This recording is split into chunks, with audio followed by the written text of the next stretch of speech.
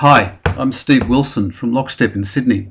I'm really thrilled to be part of the MIT Legal Hackathon, and I'd like to thank Deza Greenwood in particular for inviting me to participate. I don't know about you, but there is something really exciting in the air, and new events like this should catalyse, I think, fresh, even radical progress in digital identity. I'm going to offer some constructive criticism of orthodox federated identity. In my experience, federation often disappoints, and I've come to recognise several hidden complexities and systemic legal challenges.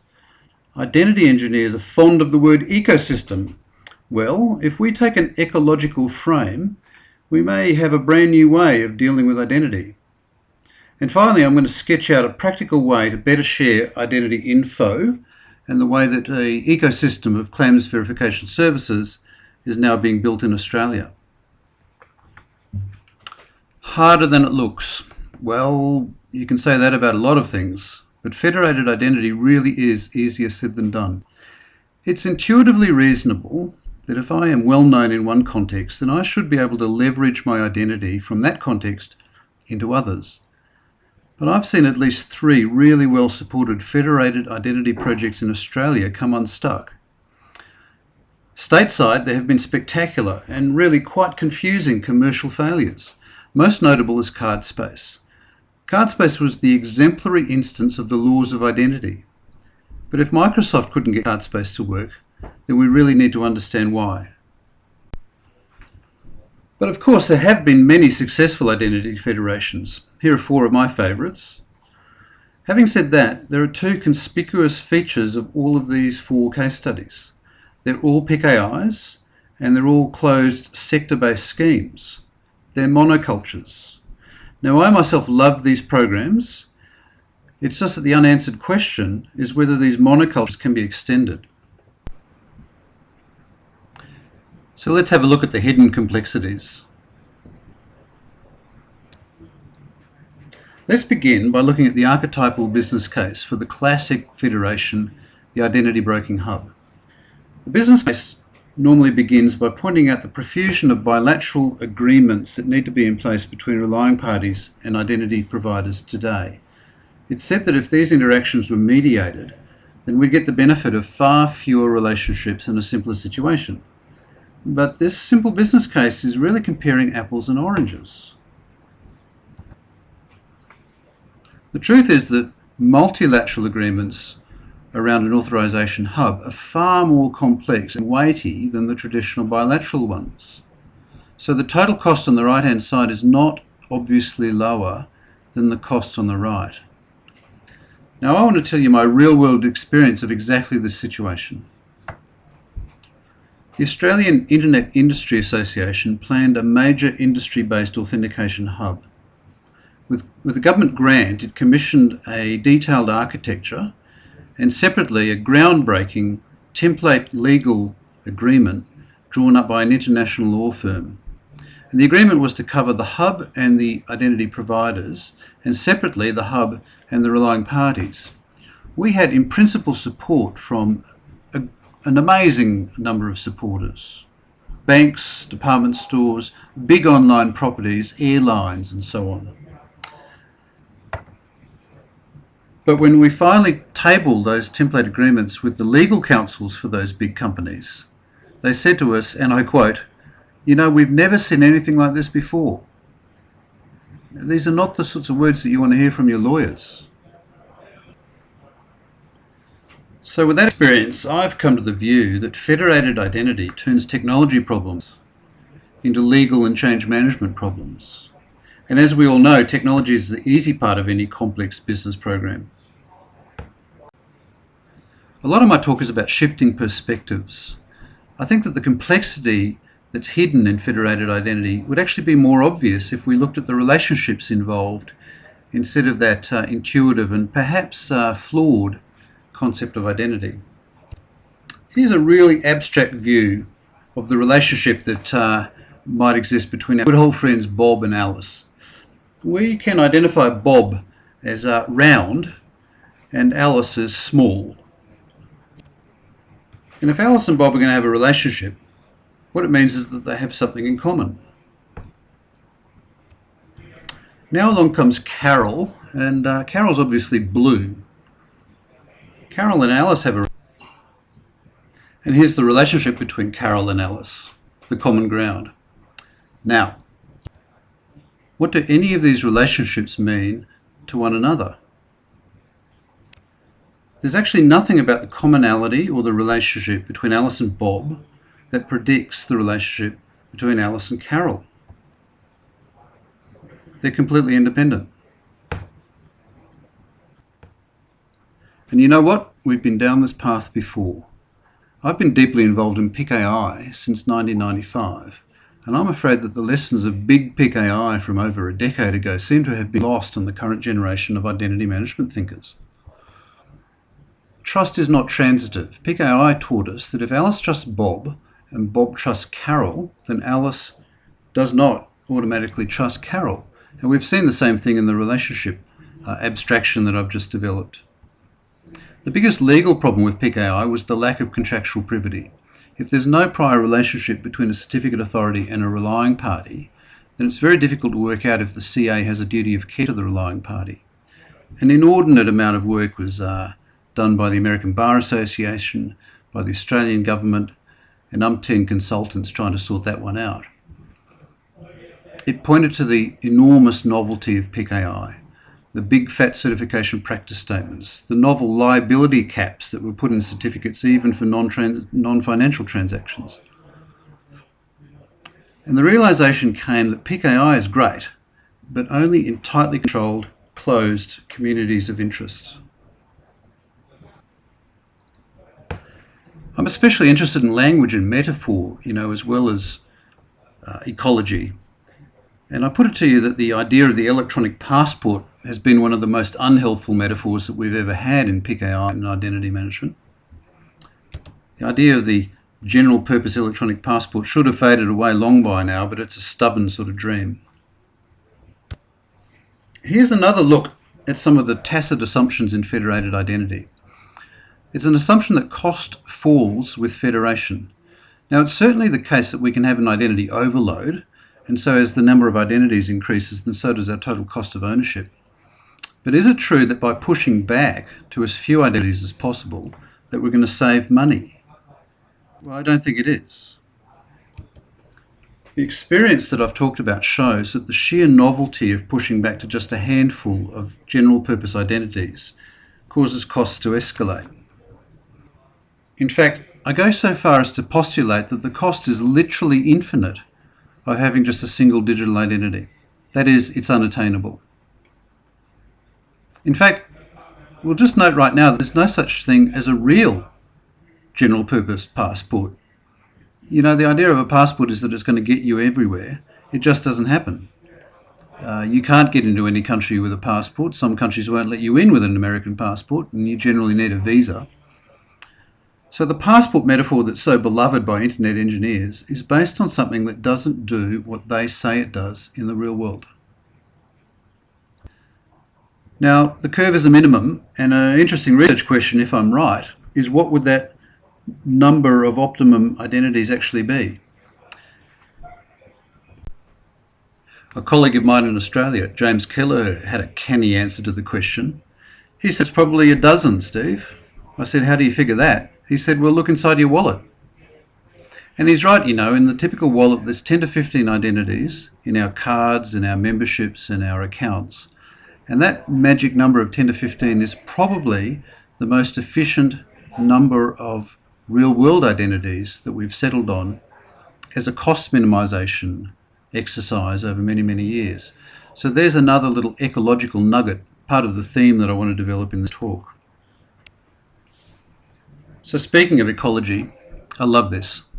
Things are the way they are because they got that way. If you were going to have a fresh look over the variety of authentication mechanisms that we have today, the really significant thing that you should notice is just that. It's the variety.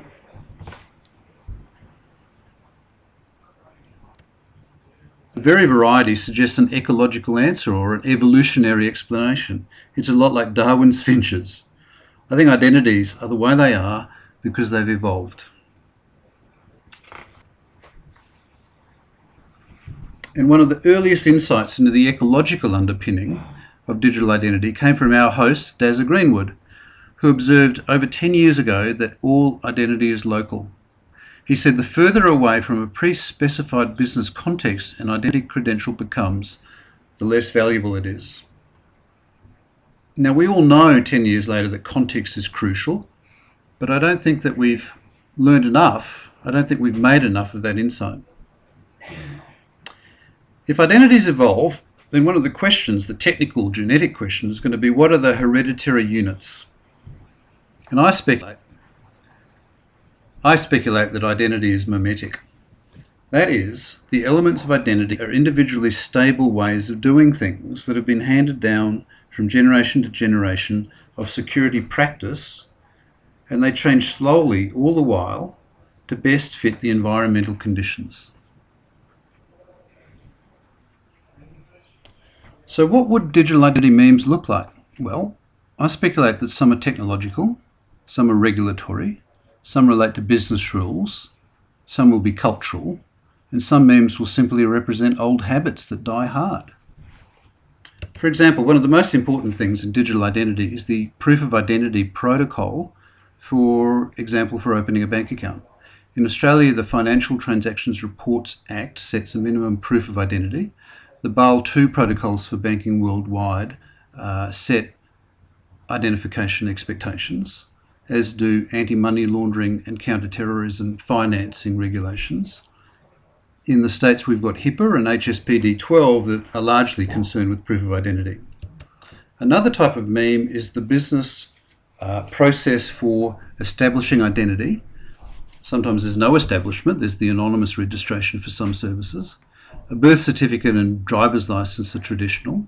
In some cases, we're also going to get some sort of personal reference to substantiate a identification.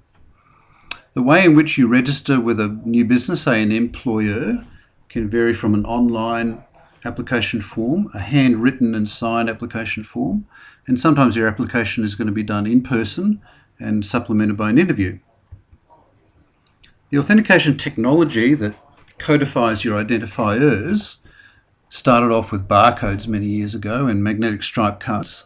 The barcode, of course, has evolved into a two-dimensional barcode. The mag stripe card has evolved into chip cards and now smartphones. Another technological aspect to a authentication method is the way in which we bind a piece of authentication hardware to the legitimate user, traditionally via PIN, which might be sent out in a PIN mailer. Some organisations allow the PIN and password to be changed online. The binding of the hardware to the person can be done using one-time passwords, key fobs, and biometrics. And one of the simplest memes of all to understand, of course, is key length. There are selection pressures from brute force attack that have led over the last 10 or 15 years for our RSA keys to grow in size from 512 through to 4096. You know, one of the things I really like about the ecological and mimetic way of looking at things is that it gives us some powerful, fresh new language to inform the whole field of identity engineering. So if we've all got a traditional problem with silos, maybe we'll have less of a problem if we think about ecological niches. And the niche image illustrates that when we take an identity out of one context and we graunch it into another, it's just like taking a freshwater fish and dropping it into the sea and expecting it to thrive.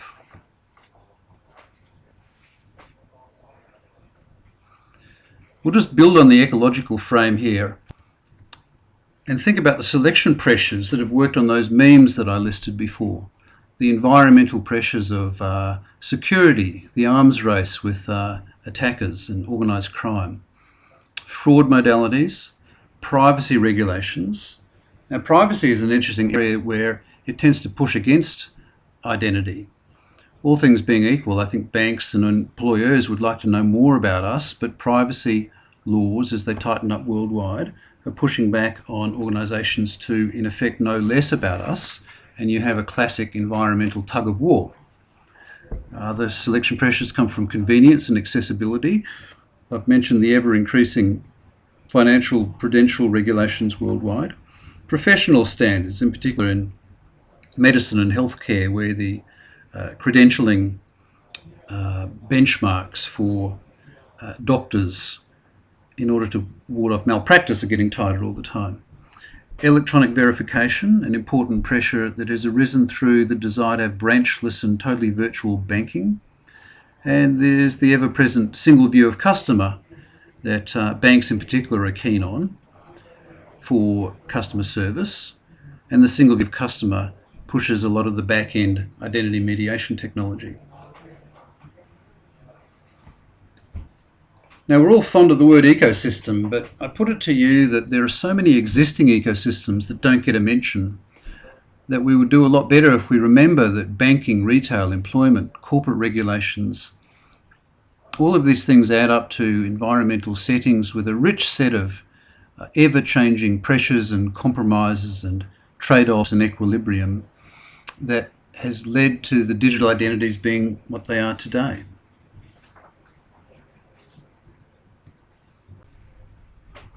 Now, if I'm going to suggest an improved approach to federated identity, I better practice what I preach. And I will. I'm going to propose an evolutionary step forward that reuses most of the IDM technology stack that we've been working on for the last decade. All we need to do to break through, I think, is to drop down a level. Instead of dealing with identities that are really complex proxies for relationships, let's deal with attributes and claims. And by the way, this layered identity model is a story for another day. Identity is a complex mixture of attributes which we can fractionate into valuable components. I like to map identity in a multivariate sort of way. Instead of defining identity on a spectrum from anonymous at one end and verified identity at the other, it's better to view identity as a complex multivariate surface. So this diagram shows an identity provider that's willing to vouch to different degrees of confidence for 6 different attributes for any given customer. The given name, the address, the date of birth, the gender, the person's qualifications and their residency.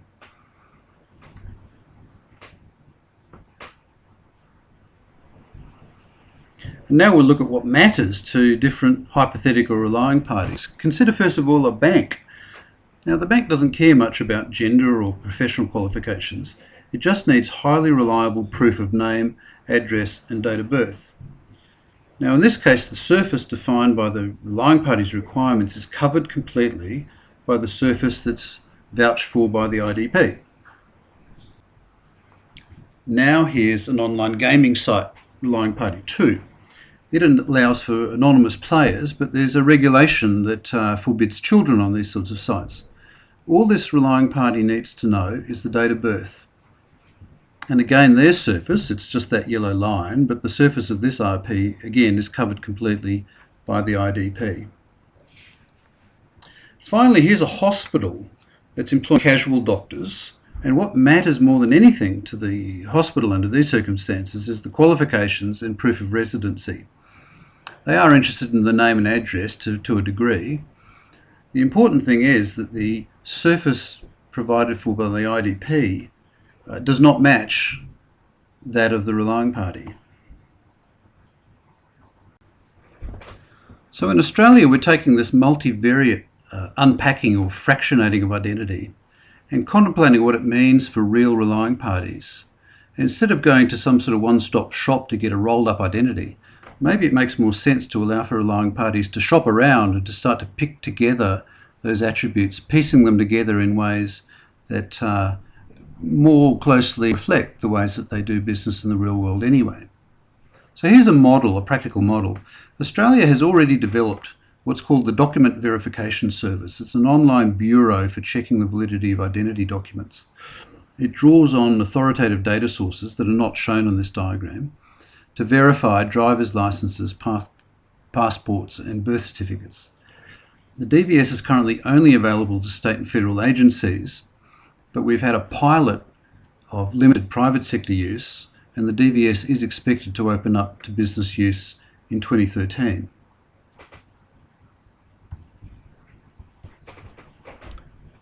The DVS API is probably unsurprising to this audience. It's privacy preserving. It simply takes questions specifying an attribute of interest and returns a straight yes/no answer. So the API minimises the collection of extra personally identifiable information, but it retains a strong audit trail.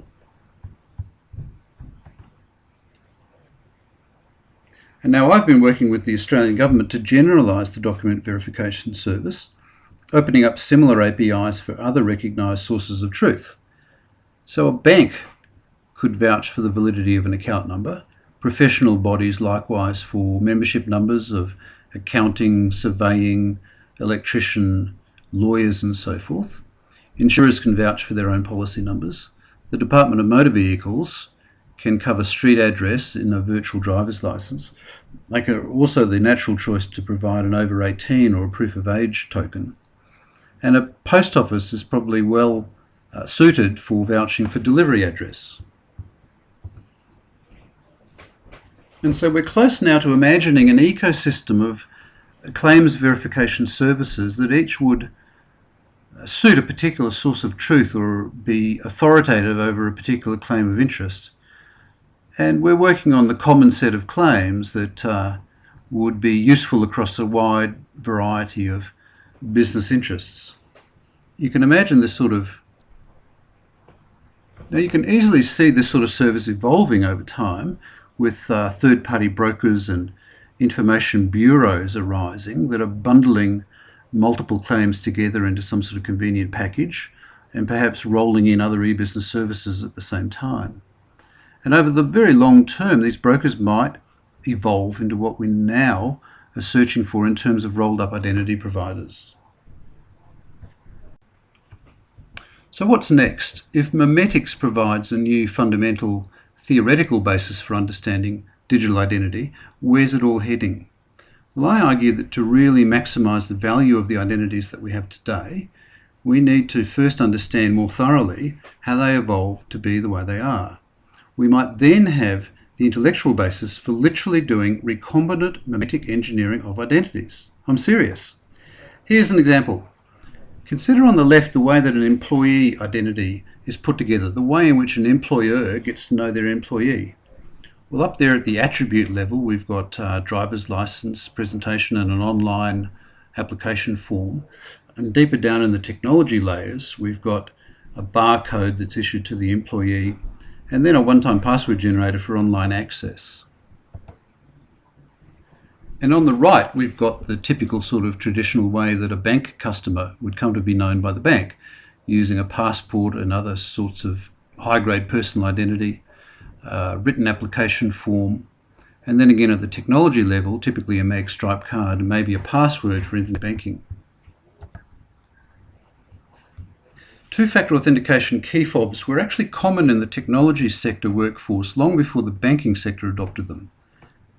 And we can view this as a case of memetic material jumping from one phenotype across to another, as is common in bacterial evolution. The meme of one-time password generation for remote access has jumped from high-tech companies across to banks, and it's spread really quite quickly, as you'd expect, in response to the evolutionary pressure of increasing online fraud.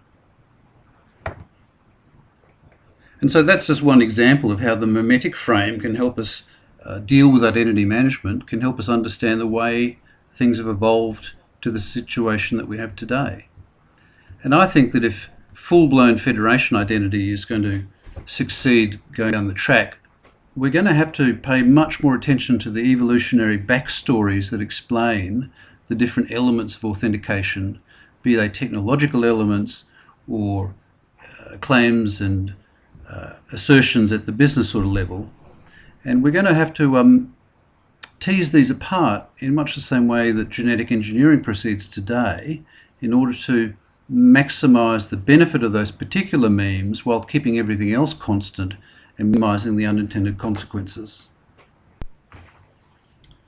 And so in conclusion, digital identity is a metaphor. It's a proxy for a complicated relationship. And our intuitions about identities might become more modest if we understood them more in terms of relationships. The elements of authentication and digital identity, I think, show every sign of being mimetic, and this would explain why digital identity has evolved. We should stop talking, I think, about silos and think more optimistically and more generously about niches in ecological ecosystems to which the identities have evolved. Ecology tells us to beware of migrating across ecological niches, and I do think that taking a banking identity and using it in government is very much like taking that freshwater fish and dropping it into the ocean.